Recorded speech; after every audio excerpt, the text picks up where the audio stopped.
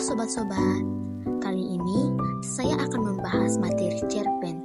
Untuk mengetahui lebih lanjut, mari simak video berikut ini. Oke, yang pertama kita akan membahas terkait pengertian cerpen. Cerpen adalah suatu bentuk prosa naratif fiktif. Cerpen cenderung padat dan langsung pada tujuannya dibandingkan karya-karya fiksi yang lebih panjang seperti novela dalam pengertian modern dan novel. Karena singkatnya, cerita-cerita pendek yang sukses mengandalkan teknik-teknik sastra seperti tokoh, plot, tema, bahasa, dan insight yang sukses secara lebih luas dibandingkan dengan fiksi yang lebih panjang. Ceritanya bisa dalam berbagai jenis. Yang kedua, kita akan membahas terkait jenis-jenis cerpen. Jenis cerpen berdasarkan jumlah katanya dapat dibedakan dalam 3 tipe. Yang pertama yaitu cerpen mini. Cerpen dengan jumlah kata antara 750 sampai 1000 buah. Lalu tipe yang kedua yaitu cerpen yang ideal. Cerpen dengan jumlah kata antara 3000 sampai 4000 buah. Lalu tipe yang ketiga yaitu cerpen panjang. Cerpen yang jumlah katanya mencapai angka 10.000 buah. Lalu jenis cerpen yang kedua berdasarkan teknik mengarangnya. Yang pertama, cerpen sempurna atau well-made short story. Cerpen yang berfokus pada satu tema dengan plot yang sangat jelas dan ending yang mudah dipahami. Yang kedua, cerpen tak utuh atau slice of life short story. Cerpen yang tidak berfokus pada satu tema. Temanya terpencar-pencar. Lalu plot atau alurnya tidak terstruktur dan kadang-kadang mengambang oleh penulisnya. Cerpen ini sulit sekali dipahami oleh pembaca awam sastra. Harus dibaca berulang kali baru dapat dipahami sebagaimana mestinya. Lalu yang berikutnya kita akan membahas terkait ciri-ciri cerpen. Ciri-ciri cerpen yang pertama yaitu bentuk ceritanya lebih pendek dari novel. Yang kedua, jumlah katanya tidak lebih dari 10.000 kata. Lalu yang ketiga, isi ceritanya berasal dari kehidupan sehari-hari atau biasanya dari pengalaman pribadi atau orang lain. Yang keempat, tidak mengangkat atau menggambarkan semua kisah pelakunya, karena yang dilukiskan hanyalah masalah tunggal atau intisarinya saja. Yang kelima, tokoh-tokoh digambarkan mengalami masalah inti atau konflik hingga pada penyelesaiannya.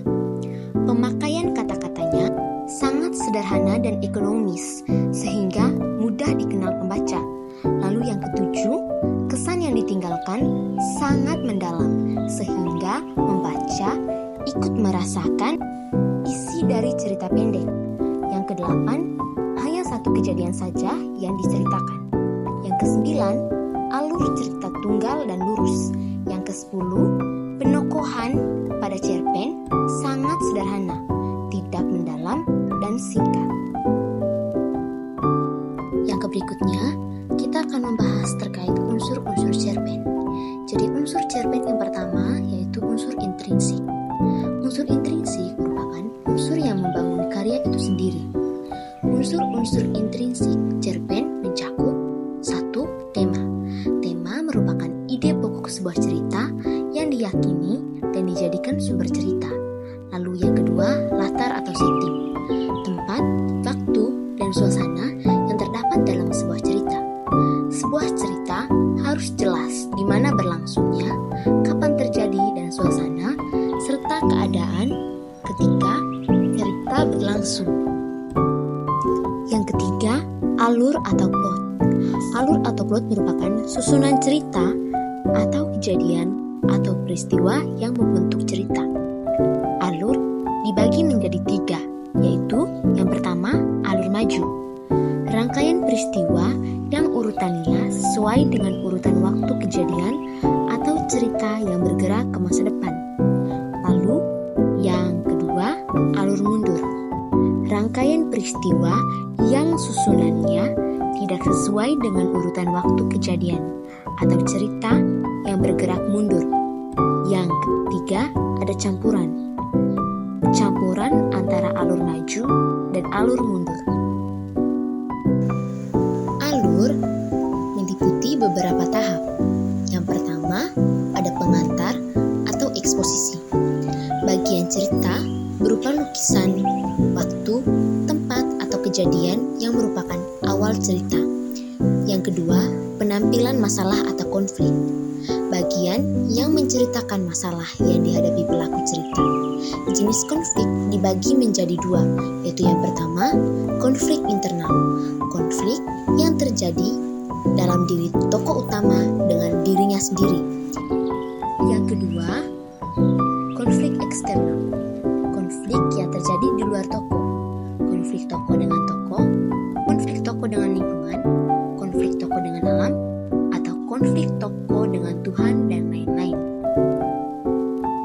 Lalu, tahap alur yang ketiga yaitu puncak ketegangan atau klimaks. Masalah dalam cerita yang disajikan sudah sangat gawat. Konflik dalam cerita telah memuncak. Lalu yang keempat yaitu ketegangan menurun atau antiklimaks.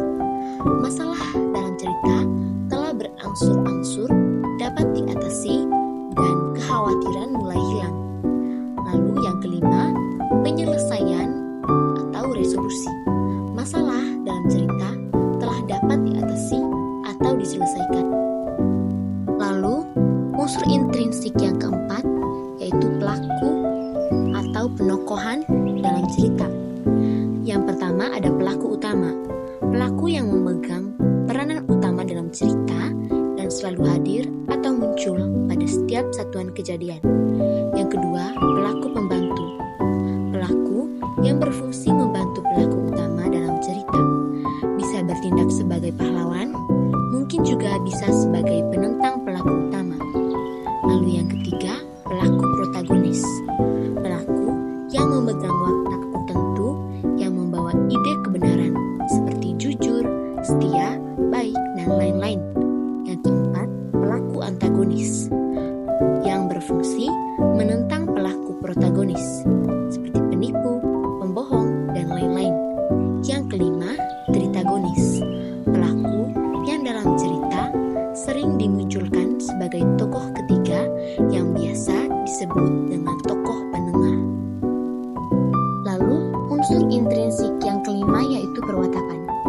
Menggambarkan watak atau karakter seorang tokoh yang dapat dilihat dari tiga segi, yaitu ada tiga cara untuk melukiskan watak tokoh. Yang pertama, analitik. Pengarang langsung menceritakan watak tokoh. Yang kedua, dramatik. Pengarang melukiskan watak tokoh dengan tidak langsung. Bisa melalui tempat tinggal, lingkungan, percakapan atau dialog antar tokoh, perbuatan fisik dan tingkah laku, komentar tokoh lain terhadap tokoh tertentu, dan jalan pikiran tokoh. Yang ketiga, campuran. Gabungan analitik dan dramatik. Pelaku dalam cerita dapat berupa manusia, binatang, atau benda-benda mati yang diinsanikan. Yang keenam, pesan atau amanat. Adalah pesan atau nasihat yang ingin disampaikan pengarang melalui cerita. Yang ketujuh, sudut pandang atau point of view. Cara pengarang menceritakan tentang tokoh. Sudut pandang dibagi menjadi yang pertama, 1. Sudut pandang orang pertama sebagai pelaku utama, menggunakan kata ganti seperti aku ataupun saya pada tokoh utama cerita. Dalam sudut pandang ini, penulis atau pembuat cerita seolah-olah terlibat dalam ceritanya dan dia sendiri sebagai tokoh utama dalam cerita. Yang kedua, sudut pandang orang pertama sebagai pelaku sampingan. Dalam sudut pandang ini, seolah-olah si tokoh utama yang bercerita, akan tetapi posisinya dalam cerita bukanlah sebagai tokoh utama. Yang ketiga, sudut pandang orang ketiga serba tahu. Umumnya menggunakan kata ganti seperti ia, menunggu bus, dia atau nama dari pelaku yang ada dalam cerita yang dibuat oleh penulis. Yang keempat, sudut pandang orang ketiga, pengamat. Dalam sudut pandang ini, maksudnya dia sangat terbatas.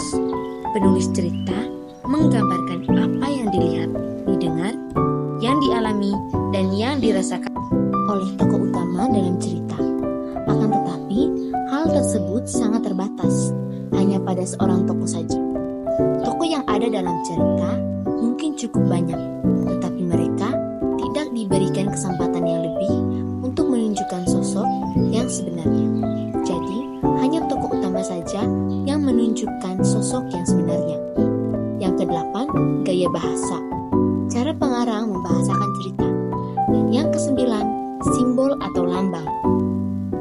Lalu unsur cerpen yang kedua yaitu unsur ekstrinsik. Unsur ekstrinsik merupakan unsur-unsur yang berada di luar karya sastra, tetapi secara tidak langsung memengaruhi bangunan atau sistem organisme karya sastra.